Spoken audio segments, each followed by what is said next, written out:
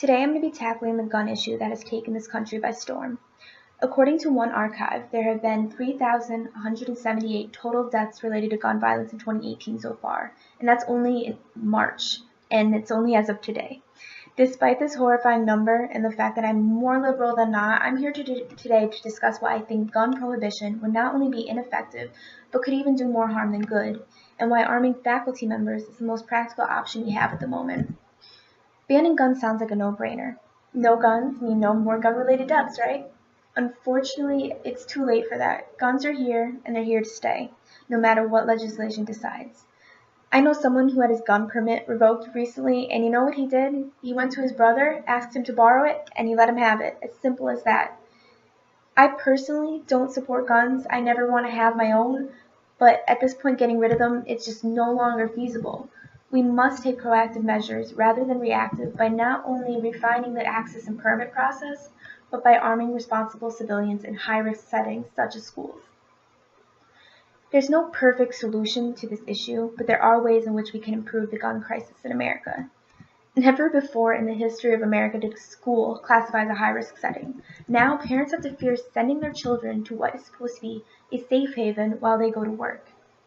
According to Everytown for Gun Safety, there have been 290 school shootings and or gun-related incidences at school since the Sandy Hook massacre in 2012. This number seems to only be on the rise as news stories involving school shootings becomes increasingly normalized in today's society. It's now been over a month since the Parkland shooting in Florida, and the country is still divided on how to go about preventing future tragedies.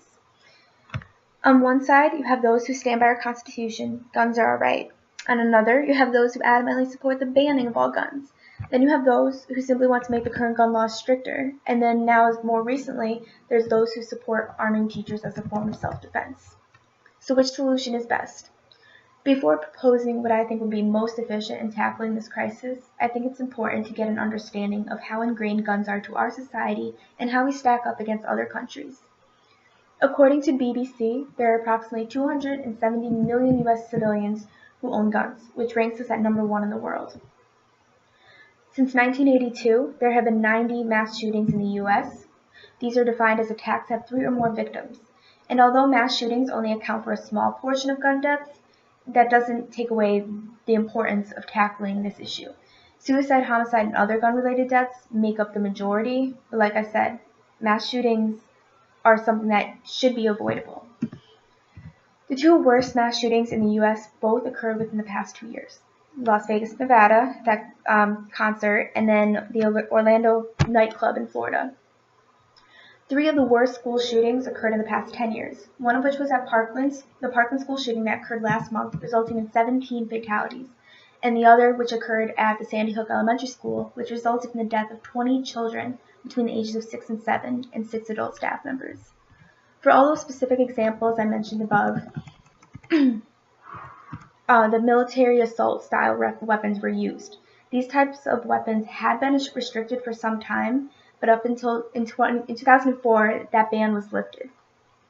This might just sound like numbers to us, but that's probably what Parkland students thought a little over a month ago before tragedy struck. No one is safe anymore, at least not with how we are currently handling this situation. The ideal solution would be to make guns cease to exist, but that's simply not possible. It's too late for that, and there are just too many individuals out there who will never budge on their right to bear arms. Just as it failed with the prohibition of alcohol in the 1920s, banning guns would just lead to underground black market sales where regulation would be even more difficult than it is today. However, all hope is not lost, because there is a solution, even if it seems a little unorthodox. We can't go back in time and reverse what's already been done by never allowing guns. We can only go forward, so it's time that we take a proactive, effective approach to this dilemma.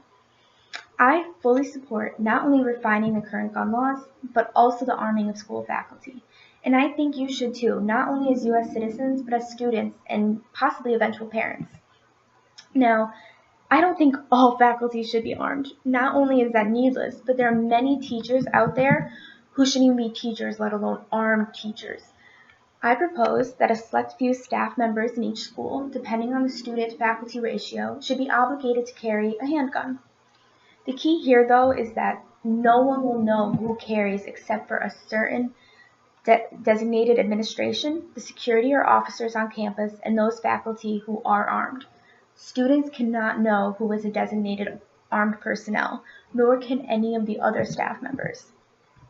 Each member of this team of armed personnel would have some kind of code system that they can use to alert the other members when there is a situation. By keeping it this contained, it'll be easier to regulate and less likely for someone who shouldn't be permitted to carry to take advantage of this position. If all faculty were armed, I think it would just lead to a fear-mongering climate that would result in tragic accidents. Arming teachers should not be militaristic, but precautionary.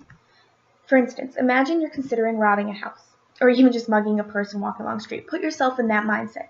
You have no idea if someone is armed or not until it's too late. Knowing that there's this possible risk, you're probably less likely to commit the act or at least hesitate. However, a no-gun policy on school grounds is common knowledge to adults, to students, to the people in the community. These individuals who shoot up schools know that they have a decently sized window of time to do as much damage as they want before getting taken down. If they're aware that there's a cop on duty at the school or where security is placed, then all they have to do is go in another way and target an unprotected classroom or hallway. Yes, there will be those who will try regardless of the risk of running into an armed faculty. After all, these individuals who resort to mass shootings often go in knowing they won't be getting out alive, whether it's by their own hand or getting taken down by police. The point here is to save as many lives as possible, if not all. It not only has the potential to make the shooter hesitate from going through with it, since they don't know who might be armed to stop them, but it gives them more time for evacuation if a situation does arise. Yes, there's also the chance of a teacher making a mistake, which could lead to a tragic accident. If all faculty were armed, this would likely happen at some point. However, by keeping it small, contained, and secretive, the odds of that happening are much slimmer.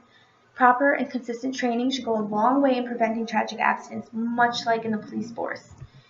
Obviously, this is a rough gist of what can be done, but here's what our future could look like if a policy like this was accepted and enforced by legislation and schools.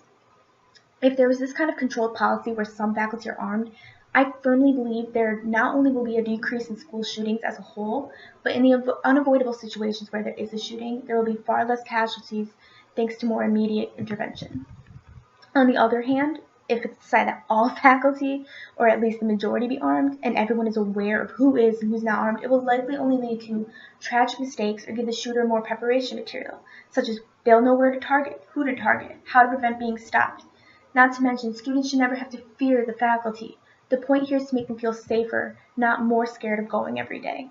There is no perfect solution, and there's no avoiding gun violence in this day and age. But this is a solution that could at least have some benefit, and something is always better than nothing. So how do we go about doing this? First, get educated on gun laws, statistics, and the various political standpoints on the matter. Banning guns is not feasible, as I've said over and over again. There are just too many guns floating around that people can easily find access to if the desire is strong enough. Even if guns were banned and made more difficult to acquire, mental health is still a huge concern. Banning guns does not solve the underlying issue here, or even changing the gun laws. Nothing helps the underlying issue here. And even though I'm not tackling that problem today, I will say this. Until mental health becomes more of a priority, we need to be prepared for these kinds of scenarios. And I think arming certain faculty members will be a proactive measure that results in less casualty, at least for the time being. Banning guns could lead to more drastic measures, such as making homemade bombs. Even if they can't get rid of guns, but even if they tried, students might be like, well, that's too hard to get a gun, so I might as well move to something even more dangerous and something that would cause even more casualties. Point blank here, if there's a will, there's a way, and if a student wants to cause their peers harm, they will try to find a way. So until there's more efficient protocols for earlier intervention, we need to do what we can. To make a difference, it requires knowledge, confidence, and a passionate investment in this cause. One individual can't make a difference on their own for this kind of widespread issue. But if we all stand together as a united front who has considered this problem critically from all sides of the problem, then some improvement is bound to be made. Many of us plan to have children one day, and at the rates going now in society, I am absolutely terrified to bring innocent children into this world, and especially wary in regards to sending them to school. Everybody thinks these kinds of tragedies will not happen to them until it's too late. Even with the protocols they now have in place, like having an armed officer, it's clearly not enough, as we've seen on the news about Parkland, where the officer waited outside for several minutes as the majority of the victims were killed. It's simply not acceptable. Hence why there needs to be more faculty members armed than simply having just one police officer on campus. Beyond voicing my opinions to all that are willing to listen, and even those who aren't or just into the void as I am now, I do plan to vote in the future elections, and I encourage all of you. All government positions have some impact on legislation, despite what many think, which is why many young people don't even vote, or if they do, it's only in the big presidential elections. In reality, the president doesn't have much say. Congress is our target audience here, and we need to start paying attention to what they have to say and what they stand for and what they plan to do about this major problem. Write letters. Eventually, they will get heard. They will get listened to if there's enough voices. These are children who are dying unnecessarily. This cannot be normalized, and we cannot become desensitized. We cannot make guns disappear, but we can sure as hell fight back.